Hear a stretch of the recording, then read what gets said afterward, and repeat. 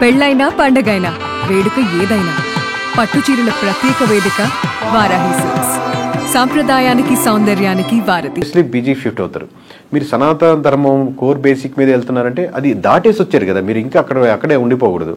ఇందాక మధ్యలో చెప్పినట్టు స్టార్టింగ్లో కులం, మతం, ప్రాంతం, విద్వేషం ఏదైనా కానీ వీటి బేస్తో వచ్చినప్పుడు ఇనిషియల్గా ఉపయోగపడుతుంది, కానీ దాని బేస్ మీద లాంగ్ రన్ ఉండదు.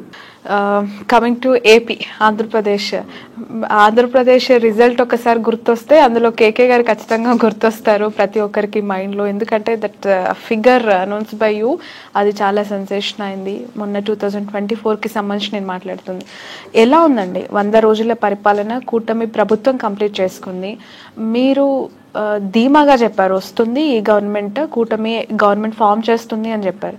అంతే కాన్ఫిడెంట్గా అనుకున్న స్థాయిలో ఈ ప్రభుత్వం పనిచేస్తుంది, కూటమి ప్రజలకి చేస్తామన్నది చేస్తుంది అని అనిపించిందా? మీ అజంప్షన్ అంటే మీ అనాలిసిస్ ఏంటి? అదే ఇంత చెప్పినట్టు హర్యానా ఎలక్షన్స్ అయిపోయిన వెంటనే మళ్ళీ ఇంకోసారి రివైవ్ చేసుకొని ఇప్పుడు ఆల్రెడీ ఉన్న డేటాని ఇంకొంచెం ఎక్స్ట్రా యాడ్ చేసుకుని, ఎందుకంటే మేము ఏం చెప్తున్నా కానీ లక్షలాది మంది అలా కాన్షియస్గా చూస్తున్నారు. సో మేమేం చెప్తున్నా నెంబర్స్ పరంగా చాలా కాన్షియస్గా చెప్పాల్సిన స్టేట్ ఏపీ. మిగతా కూడా అలాగే చెప్తుంటాం, బట్ ఇంకా మోర్ కాన్షియస్ ఎమోషనల్ కనెక్షన్ ఉంటుంది కాబట్టి.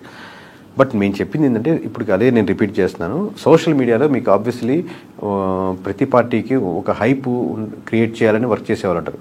అది ఇప్పుడు ఆ మార్క్తో పోలిస్తే అంత మార్కు రియాలిటీలో లేదు.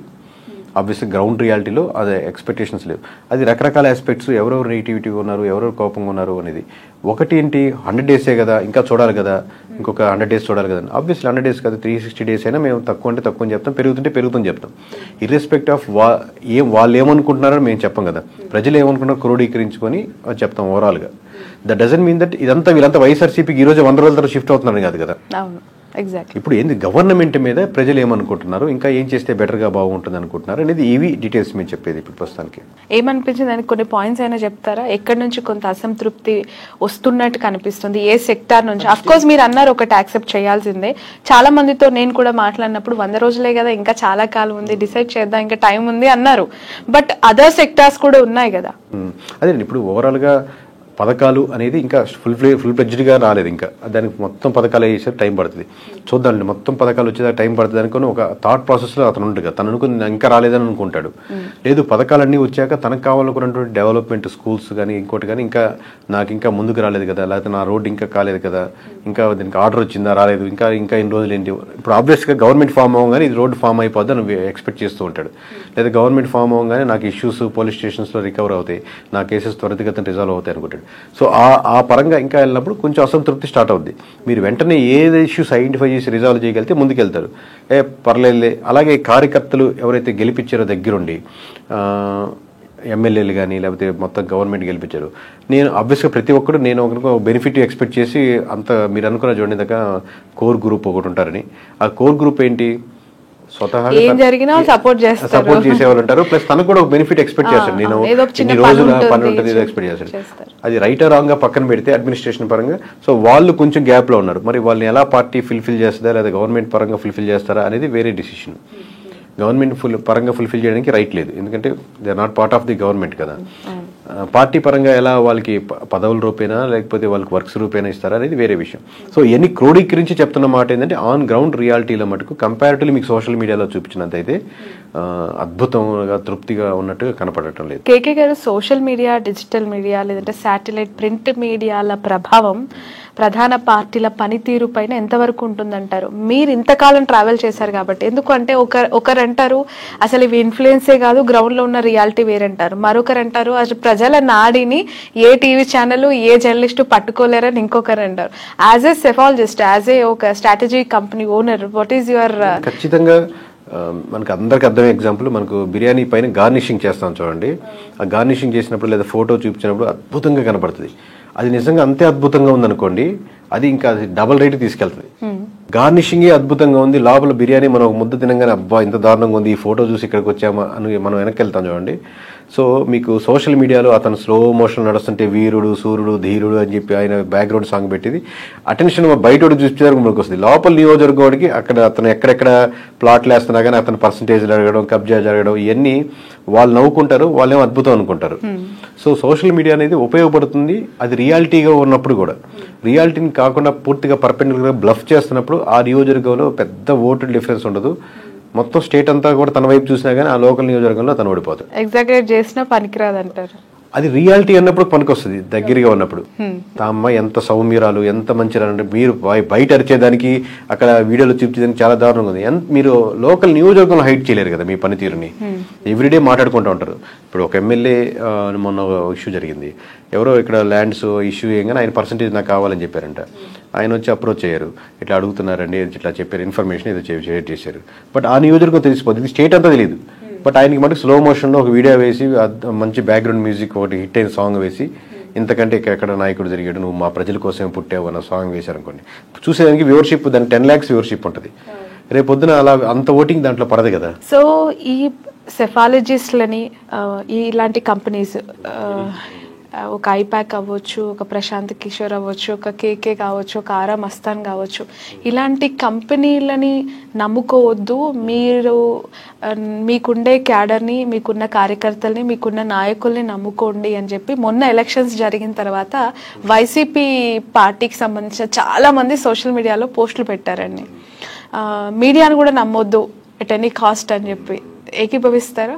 అంటే పార్షియల్లీ కరెక్ట్. అంటే ఫస్ట్ ఆఫ్ ఆల్ మీకు మీ యాడ్ లీడర్గా ఉన్నారనుకోండి, నేను మామూలుగా చెప్తున్నాను, you know better than us అనుకోండి. మీకు బాగా తెలుసు ఎక్కడెక్కడ వీక్ పాయింట్స్ ఉన్నాయి, ఎక్కడెక్కడ కరెక్ట్ చేసుకోవాలి, నేను ఎలా ముందుకు వెళ్ళాలనుకోండి. సో మీకు ఎవరు సపోర్ట్ అవసరం లేదు. మీరు ఎవరితో టేస్ట్ ఎందుకు చూపిస్తారు, కొంచెం ఉప్పు ఎక్కువైందని నేను అనుకుంటాను, నాకు బాగానే ఉందని. ఒకసారి బయట వాళ్ళకి కూడా మనం చూపిస్తాం కదా, టేస్ట్ చూపించి ఎలా ఉంది అని అడుగుతాం. లేదా కరెక్షన్స్ చెప్తారు ఒక మాస్టర్గా, ఎందుకంటే ఇట్లా 4-5 చోట్ల చూసేవాడు ఇది కరెక్షన్ చేస్తే బాగుంటుంది, ఇక్కడ మీరు ఈ వర్గంతో బాగా దూరంగా ఉన్నారండి, వీళ్ళు ఇలా అనుకుంటున్నారు. ప్రాపర్గా చేసి మీకు ప్రాపర్గా ఫీడ్బ్యాక్ ఇచ్చి ఇన్పుట్ చెప్పగలిగితే బాగుంటుంది. లేదు మీరు అద్భుతం అని చెప్పి వాళ్ళు అద్భుతం అనుకోండి, ఇద్దరు సన్నాసి రాసి బూడిది రాస్తున్నట్టు ఇద్దరు అద్భుతం అంటే ఏం పెద్ద రిజల్ట్ ఏమో ఉండదు దాంట్లో. నిజంగా మేము ఇప్పుడు సోషల్ మీడియా సైడ్ వెళ్ళాం. అందుకే ఇప్పుడు మేము స్ట్రాటజికల్ పార్ట్నర్గా ఎవరితో మాట్లాడుతున్నా, ఇంతమంది మీరు వచ్చినప్పుడు ఎవరు చూస్తుంటారు కదా, వాళ్ళతో మేము సోషల్ మీడియా వైపు వెళ్ళాం. ఎందుకంటే సోషల్ మీడియా ఏంటింది, వాళ్ళు లేనిది ఉన్నది క్రియేట్ చేసి వాళ్ళు అద్భుతం అని చూపించడానికి.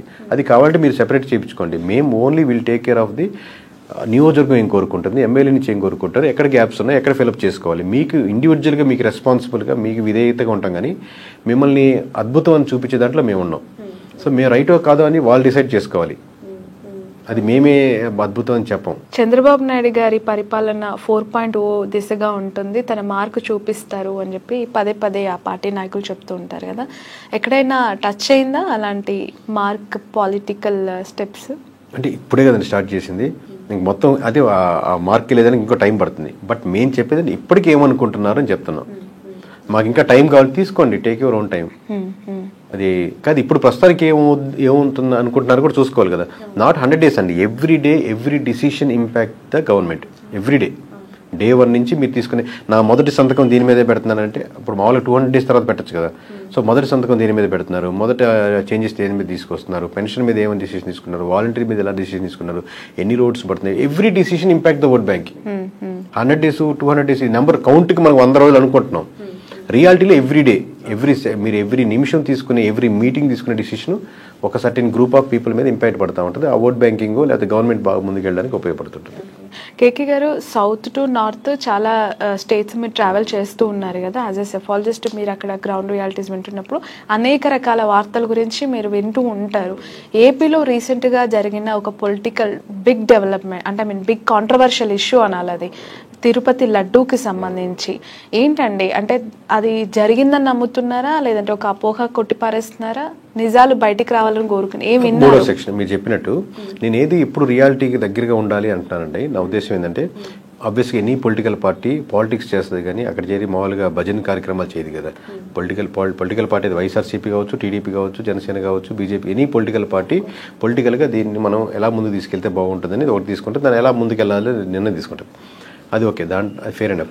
బట్ నేననేది ఏంటంటే, రియాలిటీ వైజ్గా కూడా ఎక్కడో మహారాష్ట్రలో చూసేవాడు రియాలిటీ ఏం జరిగిందో తెలుసుకుంటే అడ్వాంటేజ్ ఉంటుంది అనుకుంటున్నాను. ఎందుకంటే పలాని వాళ్ళు వీళ్ళు చేశారు, పలాని వాళ్ళు దీనివల్ల ఇష్యూస్ ఉన్నారు, దీని వెనకాల దీని ఉన్నారు అనేది. ఎందుకంటే అడ్మినిస్ట్రేషన్ మొత్తం ఇష్యూస్ మీదేగా ఉన్నారు కాబట్టి ఆ విధంగా వెళ్తే ఇంకా మోర్ అడ్వాంటేజ్ ఉంటుంది. ఎలాంటి మనం ఇంకా తీసుకోవాలి, ఇలాంటిది ఇంకెప్పటికీ రాకుండా ఉండాలంటే ఏం చేయాలి, అలాంటి కమిటీ ఆల్రెడీ స్టార్ట్ చేసినట్టున్నారు. అలాంటి త్వరితగతిన ఓన్లీ కమిటీ వైపుకే ఉండకుండా రియాలిటీలు ఇప్పుడు చాలా దగ్గరలో మనకి ఏముందంటే స్పెషల్ జడ్జితో మనం ఒక సిట్టింగ్ కమిటీ వేసాము, లేకపోతే వాళ్ళు రిపోర్ట్ ఇస్తున్నారంట, కానీ వాళ్ళు నివేదిక ఇచ్చేది కొన్ని డిలే అయిపోతుంటే కొన్ని నివేదికలు ఇచ్చినా కానీ దాని అప్లికేషన్లో అప్లై చేయడంలో చాలా డిలే ఉంటుంది.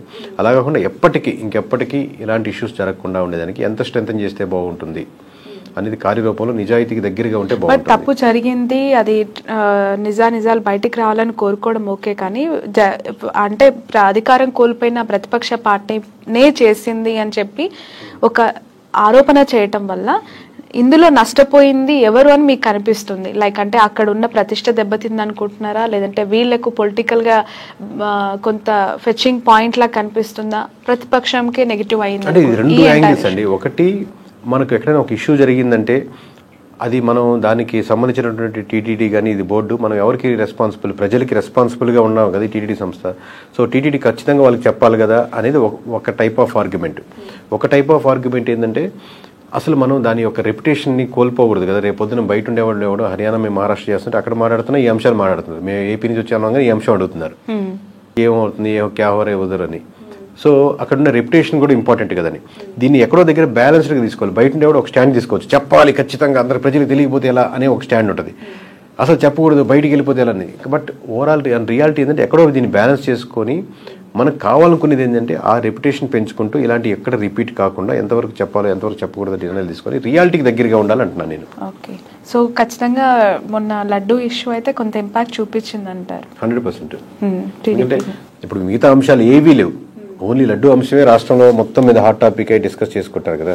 సో ఆబ్వియస్లీ అది ఇంపాక్ట్ చూపించింది రాష్ట్రంలోనే, దేశంలో భక్తులు సోకాళ్ళు మనకు వెంకటేశ్వర స్వామి నమ్ముకున్న భక్తులు కానీ లేదా దాన్ని అబ్జర్వ్ చేస్తున్న వాళ్ళు కానీ. బీజేపీకి సంబంధించి వన్ మోర్ క్వశ్చన్ అండి. ఇప్పుడు ఏపీలో కూటమిలో భాగస్వాములు అయ్యారు, పోటీ చేశారు, కొన్ని గెలుచుకున్నారు సీట్లు. తెలంగాణ విషయానికి వస్తే ఇక్కడ కూడా 8 ఎంపీ ఎమ్మెల్యేలు, ఒక ఎమ్మెల్సీ, ఒక ఆర్ఎస్ తీసుకున్నారు.